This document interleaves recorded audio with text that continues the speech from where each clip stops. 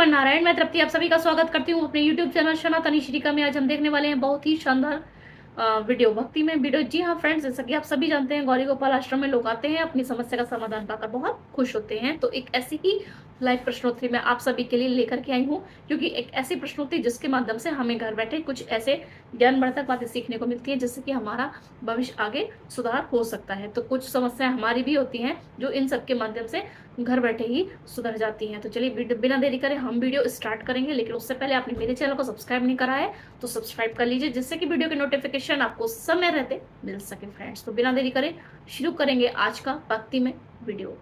आप सभी चैनल को सब्सक्राइब कर लीजिएगा। जो भी YouTube पर देख रहे हैं चैनल को सब्सक्राइब कर लीजिए और शेयर कीजिए। राधे राधे गुरुजी। हाँ भैया, आपके चरणों में सादर प्रणाम। खुश रहिए। गुरुजी, मेरा प्रश्न यह है कि जैसे कोई इस जन्म में कई सारे अधर्म कर रहा है तो उसका परिणाम उसे सिर्फ अगले जन्म में ही क्यों मिलता है, इस जन्म में क्यों नहीं मिलता? इस जन्म में भी मिलता है, अगले जन्म में भी मिलता है और 25-50 जन्म के बाद भी मिल सकता है। भीष्म पितामह को बाणों की सैया पिछले कई जन्मों का किसी जन्म का पाप था, वो आज का नहीं था, किसी जन्म का था, मिला। तो जरूरी नहीं है कि जो हमने आज किया है, देखो करके रख लिया, अब वो फाइल कभी भी खुल सकती है। ये तो भगवान के हाथ में है ना। मगर कभी कुछ लोग सोचते हैं कि हमें इस जन्म में तो कुछ नहीं होगा, अगले जन्म में होगा, तो ये सोच के संतुष्ट हो जाते हैं और इस जन्म में अधर्म करते रहते हैं। और जो इस जन्म में धर्म कर रहा है वो सोचता है कि कभी अगले जन्म में उसका परिणाम मिलेगा। इस जन्म में भी मिलता है। ईश्वर के घर देर है अंधेर कहाँ। दुर्योधन को उसके कर्मों का फल इसी जन्म में मिल गया, रावण को उसके किए का फल इसी जन्म में मिल गया। तो हमें और आपको भी कुछ लोगों को यही मिल जाता है। वो तो भगवान का न्याय विधान है। आजकल तो हमें 90% यही देखने में आता है कि हमारे कर्मों का फल यही मिल रहा है। अब लोग ना समझ पाए तो अलग विषय, बाकी करने का फल मिलता है। ईश्वर के घर कहते हैं ना, God mills grind slow but sure. ईश्वर की चक्की आटा पीसती है पर धीरे धीरे। ईश्वर की लाठी जब चलती है आवाज नहीं आती। मिलता तो यही है, लोग समझ पाए ना समझ पाए, यहाँ भी वहाँ भी। राधे राधे।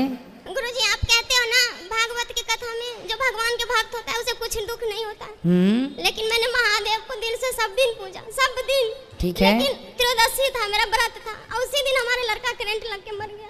अच्छा। उस दिन से मेरा महादेव को जब मैं देखती हूँ ना तो मुझे बहुत रोना आता है। गुरुजी, 13 साल के मेरा बच्चा था। कोई बात नहीं, आप मत रोइए। देखिए, आपने पूजा की भगवान की तो इसका अर्थ ये हुआ कि आपके बच्चे को बहुत पहले ही चले जाना था, लेकिन पूजा की आपने भगवान शिव की, इसलिए भगवान शिव की कृपा से वो इतने दिन और आपके साथ रहा। आप ये सोचिए। आप बोलते हो ना जब महादेव नारायण के पास पहुंचा देते हैं महादेव अपना भक्त को, मेरे से क्या गलती हो गई? मेरे को मैया, ये गलती नहीं है। पूजा पाठ करने वाले व्यक्ति के जीवन में भी संकट आता है। हम ये सोचें कि हम पूजा करते हैं तो हमारे जीवन में संकट नहीं आएगा। गुरुजी, आपके कथा सुन सुन के अभी तक मैं जिंदा हूँ, नहीं तो मेरा पागल जैसा मैं कर रही थी। कोई बात नहीं, आप अपने आप को संभालिएगा। और ये संसार है, कथा में हम यही तो बताते हैं। एक गाना आप गाते हो ना, मन फूला फूला घूमे फिर कैसा जग हाँ हाँ, फिर जगत में कैसा नाता रे। माता रोवे जन्म जन्म तक। अब शब्द जो आता है ना मुझे बहुत रोना आता है। कबीरदास जी ने ये गीत गाया है, कबीरदास जी की लाइनें हैं ये। पर आप रोइए मत, प्रसन्न रहिए। देखिए, जीवन है, माना कि माँ हो आप तो दर्द तो होगा, पीड़ा होगी, मैं आपकी पीड़ा को समझ रहा हूँ। पर यहाँ पर अब केवल आप समझ ही सकते हैं, अपने मन को समझा ही सकते हैं। रोना किसी भी समस्या का समाधान। 2 बजे रात के नीचे नींद नहीं आती है मुझे। आपके बच्चे हैं अभी? और एक ही बेटा था, एक बेटी यही है बस। बेटी है? हाँ। चलो, जो है अब उसमें प्रसन्न रहना सीख लो। भगवान खुश रखें आपको।